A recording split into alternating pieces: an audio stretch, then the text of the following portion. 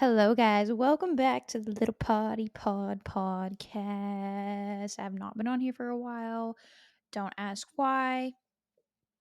Just couldn't find the groove of like what I want to talk about. And I know I say this every time, and I just need to be structured about okay, maybe this month I'll have a focus on this, or these next 2 months I'll focus on this. And so I think to finish out October, I'm really just going to talk about things that I think that you might think are cool, but also just like really highlighting on the things that I'm specifically helping my clients with at the moment.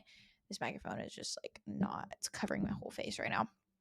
So I had a journal session this morning. Actually, I was laying on the ground. I'm a ground layer, especially when it's carpet, and I'm just sitting there writing, like journaling, da da da. Like I literally have two whole pages here if you're watching on YouTube. We're about to dive deep. And I was writing, and out of the corner of my eye I saw a spider, and I freaked out immediately. It like set my mood off. I was having a really good day. It had only been an hour into the day, and then I saw that spider and it pissed me off. So I need to stop getting mad over or like flustered or annoyed over little things. And I can't sit here and blame that on my hormones because that's just simply not it. It's just me being overreactive over dumb little things. And so I just need to be more conscious about when that happens, why I'm doing it, like why I'm reacting so hard, cuz truthfully it's really not that deep usually. So, that's beyond the point. We're going to get into the topic of today, and I just kind of want to explain the process of how I help women restore their cycle. So I'm going to get into it. I'm going to yap. We're going to go deep into it. But essentially, the first thing that happens when somebody, comes to me and they're like, hey, I haven't had my period for X amount of time, or my periods are irregular, or they're painful, or whatever it may be, the very first thing that I do is I'm like, okay, cool. Let's do a questionnaire. So I have a very in-depth questionnaire process that all of my clients go through. And on that, there's different sections, right? And so the first section is like small intestine, what's going on, and it'll ask questions that are pertaining to symptoms that are impacting or affecting the small intestine. When you get lower down, it does liver, it does your central nervous system, musculoskeletal, like every little portion, organ, I guess you could say, of your body, and just based off the symptoms, and it kind of scores you, and it'll tell you, okay, this is high priority, moderate priority, low priority, whatever.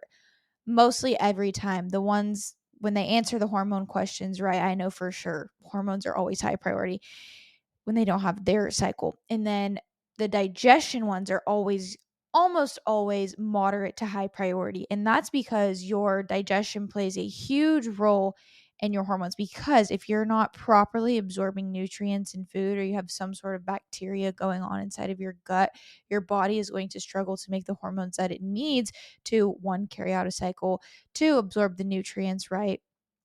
And three, don't know what I was going to say. So there you go, because I lost my train of thought. Anyways, so like I said, looks at their current symptoms. Usually there is GI distress, usually there's constipation, bloating. We'll see, maybe sometimes undigested food and stool. And the questions that they're asking are very in depth. Like, whenever I can't even think of one, but I'm just trying to think off the top of my head. Like, do you get gas after like 2 hours after a meal? Like, very in depth on, or like when you eat a meal, do you get nauseous, or do fatty foods make you feel nauseous and you have loose stools? And very, very in depth, right?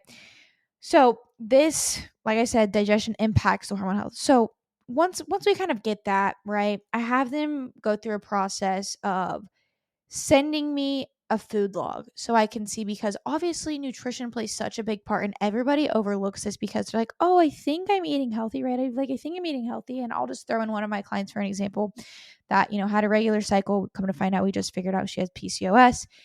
And but what we saw is, like, this is what her day looked like. She was having, a Fairlife protein shake for breakfast. She was having lunch was something like some meat and cheese and maybe an apple. Dinner was like Brussels sprouts and chicken and like rice. And then she would have like another apple, right? Okay, cool. She had, 2 servings of fruit in there.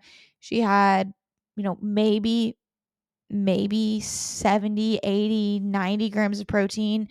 But where's the fiber, right? We have a couple of fruits, but we don't have enough vegetables. We're not having structured meal times. And so this is why I always get them to send me their food log for a whole week. I have them send me pictures so I can see exactly what they're putting in their bodies. They're sending me it at the times, and I'm like, okay, really? You're eating breakfast at 11 a.m.? Okay, that's fine. No judging, but we're going to have to fix that. Or like dinner is at, 9 p.m. Just like things that I can see within their daily habits that we're going to change right off the bat. And, once when they send me their pictures of how much they're currently eating, I'm able to put what they're eating into my fitness pal so I can see kind of what their intake is. But I also have them log it too, but I'm better at logging it because I know it. I know how to log things front to back. I know how much they're consuming that's going in. So that's kind of like put that on me. It's definitely a lot of work on me, but I don't care. I want them to like get in the groove of that accountability of sending their meals so that I can see what it's like. But also too, your version of healthy may look way different than my version of healthy. So that's why I have them send it. And really, when it comes down to nutrition, it's all about simplifying, right?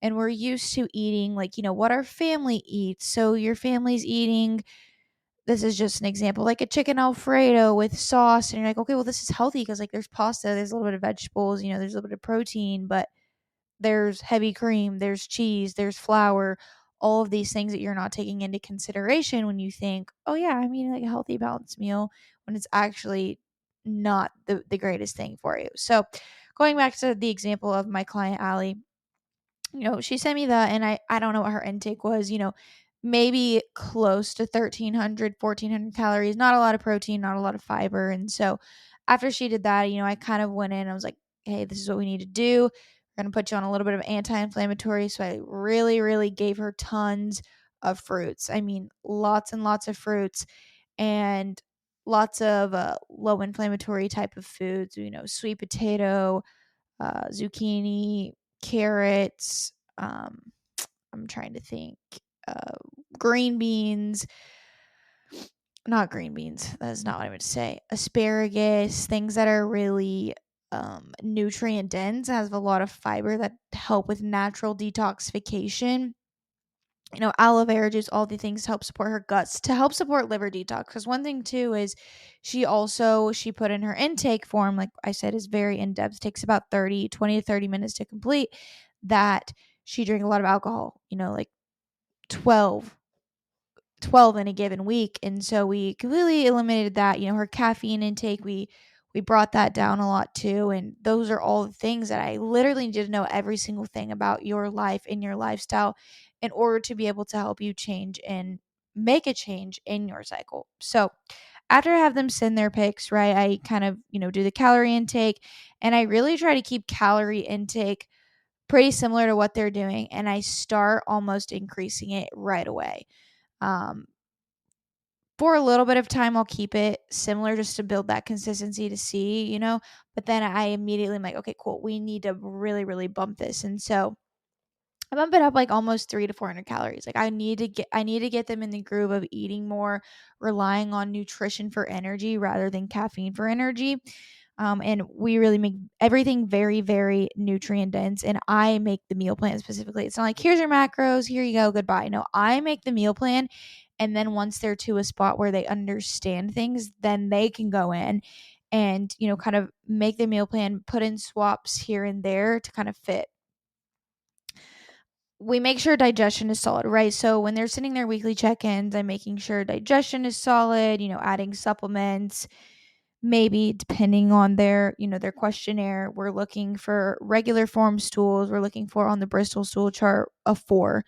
And we're looking for that consistently once or twice a day, to ensure that, digestion's good, right? Digestion, like I mentioned at the beginning, is if digestion is bad, likely hormones are suffering from it. So we always pay attention to digestion, and that's something that they note in their check-ins is like a constipated, a loose stools, etc. The Bristol Stool Chart. And then after we've kind of, solidified the baseline and we got everything going good, then we kind of go into, okay, what are we doing with exercise wise, right? Because we don't want things to be too intense to where your body is, complete stress and goes to low power mode and, you know, doesn't produce the hormones because stress is too high from the training, which you don't see that from a lot of people. I think that I think about myself because I train like a legit maniac, that I have had, those issues of training too hard and that one stressor making my cycle, you know, be gonzo. So every person's just dependent. I have to kind of see video wise and just know by what you tell me what your training intensities looked like. But like to keep training to 3 days a week, just to ensure that things are smooth sailing regularly. I hate that I keep saying but it's like a placeholder for me. I'm gonna stop doing it. So 2 to 3 days of training, strength training, a little bit of low intensity cardio. We want to do some cardiovascular endurance type stuff too. And then, have them send me their training videos so that I can really assess their intensity. If it's too much, too little, that's where that comes into play. And then another thing too that I love to add in is blood glucose. So say I do have females with PCOS, and I actually have 4 clients that do have PCOS. I like to see the blood sugar. We want to make sure blood sugar is down, because when blood sugar is down, inflammation is down. And when inflammation is down, that's when a cycle can persist, right? So blood sugar, we add that in once we've kind of got digestion going, all these things going. We don't want to overwhelm, right? That's the thing. I don't want to overwhelm my clients and say, hey, we're going to focus on strength training, we're going to focus on your digestion, we're going to focus on all this all at once, because then it gets overwhelming. And so taking things in certain phases, I'm like, all right, this is what we're going to work on now, and then we're going to add this in, then we're going to add this in. And some clients can handle it, right? But not everybody needs to go into this full-fledged tracking this and tracking this and tracking this. Some people just need simplicity and changing of their daily habits, right? So especially those with insulin resistance, PCOS, we're going to be doing blood glucose. We're going to be checking that on a weekly basis, fasted, 2 hours postprandial, 2 hours after a meal. And then if we do have, PCOS client, we kind of have to do a little bit of nutrition strategy with them and keep fats a little bit higher and carbs a little bit lower to help offset that. Now, that doesn't mean we're doing zero carbs, right? It just means that carbs are a little bit lower than maybe we would do. Protein, moderate, carbs are like moderate to low, and fats are really, really high. So I think a very anti-inflammatory diet essentially is what it is. A lot of oils and seeds and nuts, omega-3 fatty acids, salmon, avocado, and then the carbs coming from mostly veggies and fruits and things like nut butters, seeds. Those are going to have a little bit of trace carbs, right? And then protein sources, we're going to keep those too. Eggs, beef, chicken, turkey, salmon, just like types of fish, haddock. I think that's how you say it, haddock. I've been saying haddock, but I guess that's not right. So with all that being said, right, this is just like the kind of standard process that I do with some people and to help restore their cycle. And so once digestion solid, we're in a good spot. I don't love to add in tons of supplements, but say cycle hasn't pushed through yet, which starting supplement recently for my own understanding and learning is that we want to add in magnesium, zinc, B6 supplement to help with the LH and FSH, getting that up into a spot so that they can ovulate, so that they can have a cycle. And then another thing too, you can also do is, triple dose magnesium to 800 milligrams in your luteal phase. And this can help offset some of those PMS symptoms.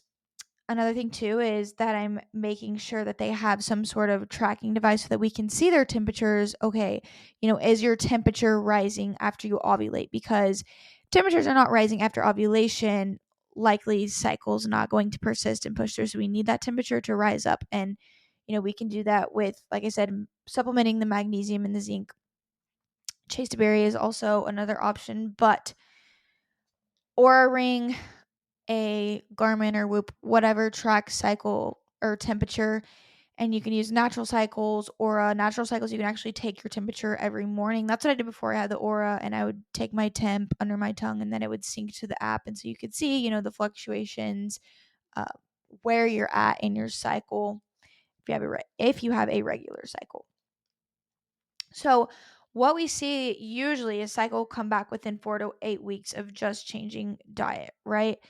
If not, then we got to take a look at training and maybe take a look at some other things. We got to take a look at labs, what is progesterone, estrogen, LH and FSH, estradiol looking like, prolactin, CRP, inflammation marker, cholesterol. We want to see cholesterol. So labs are almost like an option you can do after you've tried things, but even then it could be used first. I don't like to make everyone try get labs right off the bat, and most of the time clients that come to me already do have labs, but I do think it's a nice added touch so we can see, okay, are you insulin resistant? Is your testosterone too high, too low? Is your estrogen too high, too low? Same with progesterone. So with all that being said, and you can keep in the magnesium, zinc, B6 long term to help keep regular. Another thing too is we love to keep food as high as we can so that we're getting in the most nutrients that we can. And I know a lot of clients that I see, they'll be like, what, I just want to lose fat. And it's like, okay, but you've already been eating little and you're still overweight and you don't have a cycle. And so it's all about optimizing the internal health before going into a fat loss phase. And I think that most fitness coaches miss the mark here. And so that's why it's better to have someone like myself, a functional health coach, who knows, hey, we can't just go into a straight up fat loss phase just for the testimonial, just for the transformation. I think that's where a lot of coaches miss the mark, and that makes your health decline even more, makes your cycle be even more irregular, when in reality, if you just fed your body the right amount of nutrients and gave your body that time to have an adaptive metabolism, then your body would respond so much better. You'd have a better cycle. You would actually make your fat loss easier because you're fueling your body with enough nutrients. And it'd be easier when you do go into a fat loss phase, when you do go into a little calorie deficit, that your body already has the nutrients stored. So you can actually see a lot of progress happen with eating more nutrient dense foods, being in a kind of quote unquote maintenance phase while getting your cycle back. You want hormones to be healthy, healthy, healthy. Even if you're overweight, I don't recommend going straight into a deficit, because you need to give your body nutrients from the good food and wipe out the bad food. So those are my thoughts on kind of hormones and kind of my process for going through and regulating menstrual cycle. And if you're somebody who is, overweight and you want to lose 15 pounds in 90 days, that's where I come in, right? I have my own cycle method. You just heard the method here. And if you're ready to take that next step to go from being overweight to losing 15 pounds while also restoring your cycle and making sure that's healthy, I'm your girl, and I will be very, very happy to help you. So hope you guys enjoyed this episode, got some good information, takeaways from it, and kind of my process. And if you guys have any questions, don't hesitate to reach out. And I'll see you in the next episode. I hope you guys enjoy this. Share it with your friends, family, another woman that may need to hear this. Okay, goodbye.